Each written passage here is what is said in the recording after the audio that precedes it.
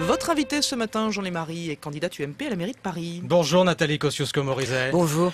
À Paris, à droite, les candidats dissidents sont de plus en plus nombreux. Ils critiquent votre campagne. Allez-vous changer? Écoutez, j'ai fait un choix. J'ai fait un choix, c'était au printemps dernier. Je l'ai dit aux Parisiennes et aux Parisiens, je l'ai dit au moment de la primaire dans laquelle ils m'ont choisi comme candidate pour l'alternance. Je veux le renouvellement et l'unité dès le premier tour avec les centristes.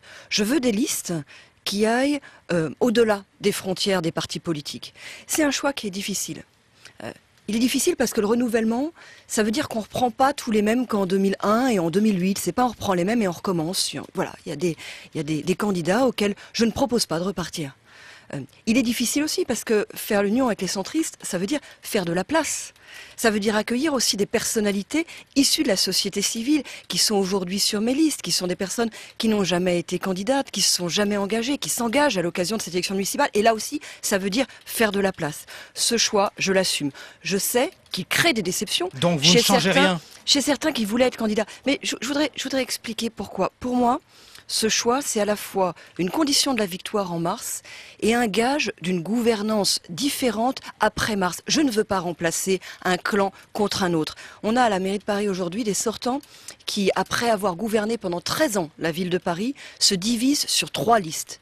Ils ont partagé le pouvoir, ils n'ont partagé que ça. Ils ne veulent partager ni la différence de bilan, par exemple les Verts disent que c'est insuffisant sur l'écologie et je suis bien d'accord avec eux, ni les listes, ni le projet. Moi je veux faire le contraire, je ne remplace pas un clan par un autre et je vais plus loin. Je crois que les Parisiens, et d'ailleurs les Français en général, ne veulent pas qu'un seul parti gouverne, ne veulent pas qu'un seul parti décide quels hommes, quelles femmes sont à quelle place, quels sont les projets qui sont retenus. Voilà, avec Marielle de Sarnez, avec Christian de Saint-Etienne, nous proposons une nouvelle exigence politique. Je sais que ça crée des crispations, en avant vos mais je amis l'assume. centristes, mais Nathalie Kosciusko-Morizet, à droite, c'est décidément compliqué. Hier, Charles Becbédé a lancé sa campagne. Hier, sur France Info, il a déclaré qu'il irait jusqu'au bout. Est-ce qu'un accord avec lui est encore possible? Je vais vous décevoir. J'ai pas du tout l'intention de polémiquer avec l'un ou avec l'autre des déçus. Pas de discussion avec eux? J'ai pas l'intention de polémiquer.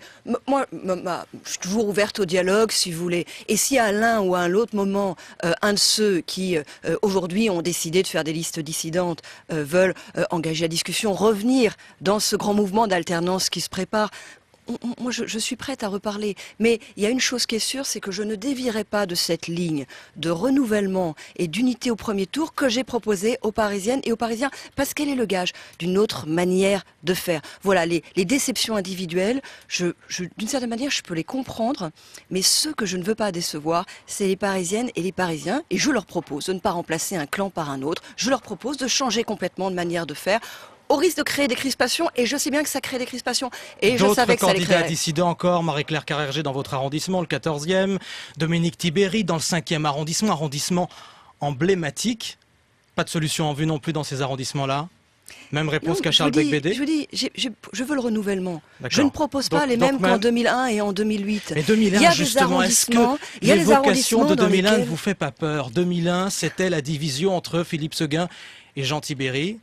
Et la gauche est arrivée à la mairie.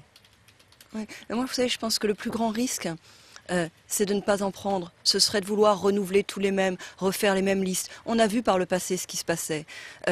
Je crois que les Français n'en peuvent plus de cette espèce d'entre-soi du monde politique. Un entre-soi qui existe à droite et à gauche, qui existe singulièrement aujourd'hui à gauche à la ville de Paris, et que les sortants choisissent de prolonger. On choisit qui va prendre la suite. En l'occurrence, on choisit l'héritière. On fait des listes 100% pur jus, 100% Parti Socialiste, 100% Vert, 100%... Finalement, c'est des politiques qui se partagent des postes entre eux, et on a l'impression que les électeurs, les Parisiens ici, sont laissés en dehors de tout ça. Je veux pas ça. Je suis prête à prendre des risques, y compris le risque des dissidences, pour pouvoir faire des listes différentes, pour pouvoir porter des problématiques différentes. Vous voyez, hier, je présentais le plan sur l'air, je présentais le plan sur la pollution avec Marielle de Sarnez et Yann Verling. Marielle de Sarnez et Yann Verling avaient travaillé sur un plan air il y a quelques mois. De mon côté, j'avais un projet sur la pollution, on les a fusionnés, on les a rapprochés, on a fait ensemble quelque chose qui n'est pas le plus petit commun dénominateur, c'est le contraire, qui est plus fort parce qu'on est ensemble, et parce qu'ensemble, on peut proposer aujourd'hui des mesures qui sont fondamentales fondatrices qui ne sont pas la cosmétique que nous ont servi les sortons. Je vous donne un exemple très concret. Et moi, je vais vous poser une question. Je vous donne un Avant cet exemple très concret, oui. Non, parce que sinon, on ne va pas Allez-y, avancer. Je vous en voudrais prie. des réponses précises sur des Je vous en sujets prie. qui intéressent les Parisiens. Sur les transports, vous voulez, par exemple, doubler le nombre de places de stationnement dans la capitale. Est-ce que ça veut dire que vous voulez qu'il y ait plus de voitures dans Paris? Non, justement.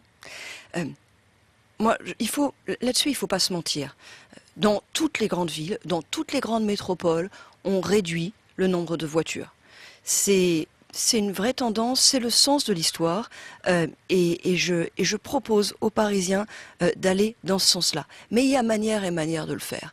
On n'a pas besoin pour le faire de dégoûter les gens. On n'a pas besoin de stigmatiser ceux qui ont vraiment besoin de leur voiture, les familles pour lesquelles c'est important pour leur organisation. On n'a pas besoin surtout de créer des vastes embouteillages qui sont beaucoup de stress, beaucoup de pollution et qui, in fine, ne permettent pas d'atteindre l'objectif de réduction de la pollution. C'est le contraire. On atteint l'objectif contraire. Donc je propose de poursuivre cet objectif avec d'autres moyens. Vous prenez l'exemple des places de stationnement. Aujourd'hui, il y a une voiture sur 5 qui roule à Paris qui est en train de chercher une place de stationnement. Et en même temps, vous avez plein de places libres dans les parkings privés, dans certains parkings de bailleurs sociaux qui ne sont pas sécurisés, dans lesquels plus personne ne veut aller. Des places libres parce que parfois la place est libre dans la journée, parce que la personne a pris sa voiture et la place ne sera pas disponible la nuit. Ces places-là, je veux les mutualiser. Aujourd'hui, vous avez 150 000 places de parking en voirie de surface. Il y a 120 000 places de parking existantes, libres, qu'on peut mutualiser. Je veux les mutualiser pour que les voitures arrêtent de tourner. Je me donne comme objectif qu'on mette 2 fois moins de temps à chercher une place. Un autre exemple.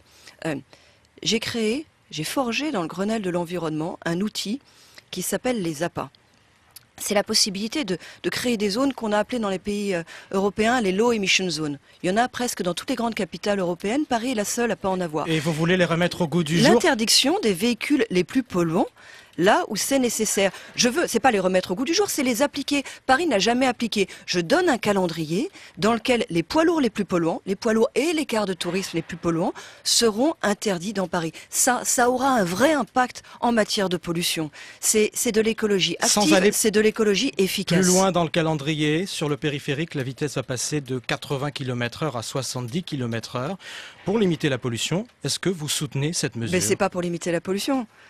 C'est ce qui est annoncé. Est-ce que vous soutenez ou pas cette mesure? C'est le contraire, ça ne sert à rien. Je vais vous dire pourquoi. Donc ça sert à rien. Vous reviendrez dessus si vous êtes élu. Vous voulez qu'on revienne dessus? Ils se sont donnés 2 objectifs. Oui. Ils disent c'est pour limiter la pollution et c'est pour limiter le bruit. De l'aveu même de l'ADEME ou de la direction des déplacements et de la voirie de la ville de Paris, ça n'a aucun impact en matière de pollution. Pourquoi? Parce que quand vous baissez 10 km/h, les poids lourds par exemple polluent plus à bas régime qu'à haut régime. Bon, et puis de toute façon l'essentiel du temps, c'est pas à 70 ou à 80 que vous allez aux heures de pointe, c'est à beaucoup moins que ça. Et là, il y a beaucoup de pollution parce que vous êtes en sous-régime. Et puis pour le bruit, là non plus ça n'a aucun impact. Qu'est-ce qui fait du bruit? Il y a 2 choses qui font du bruit sur le périph'. Il y a les véhicules qui dépassent les vitesses limites. Donc ça change rien que vous changez la vitesse limite. Et puis autre chose, plutôt que le vombrissement des moteurs, c'est le roulement. C'est le roulement des voitures.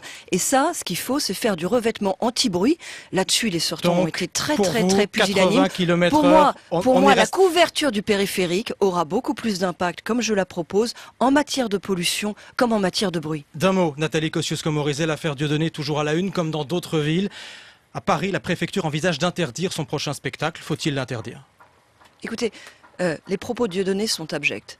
Dieudonné n'est pas un humoriste, comme on l'entend ici ou là. Je voudrais qu'on arrête de le qualifier d'humoriste. Dieudonné est un militant raciste et antisémite. Il a déjà été condamné à plusieurs reprises et je suis sûr qu'il le sera encore.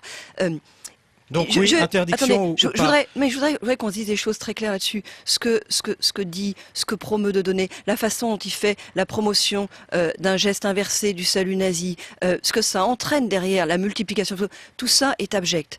Ce dont je voudrais être sûr, c'est que les interdictions ne se retournent pas contre tous ceux qui, comme moi, ils sont immensément majoritaires, pensent que c'est abject. Ce que je dis simplement, c'est que les ennemis de la liberté ont un grand talent pour utiliser le droit et pour utiliser la loi. Et il faut que les choses soient très très bien calées juridiquement, parce qu'il ne faut pas que ça se retourne. Merci Nathalie Kosciusko-Morizet.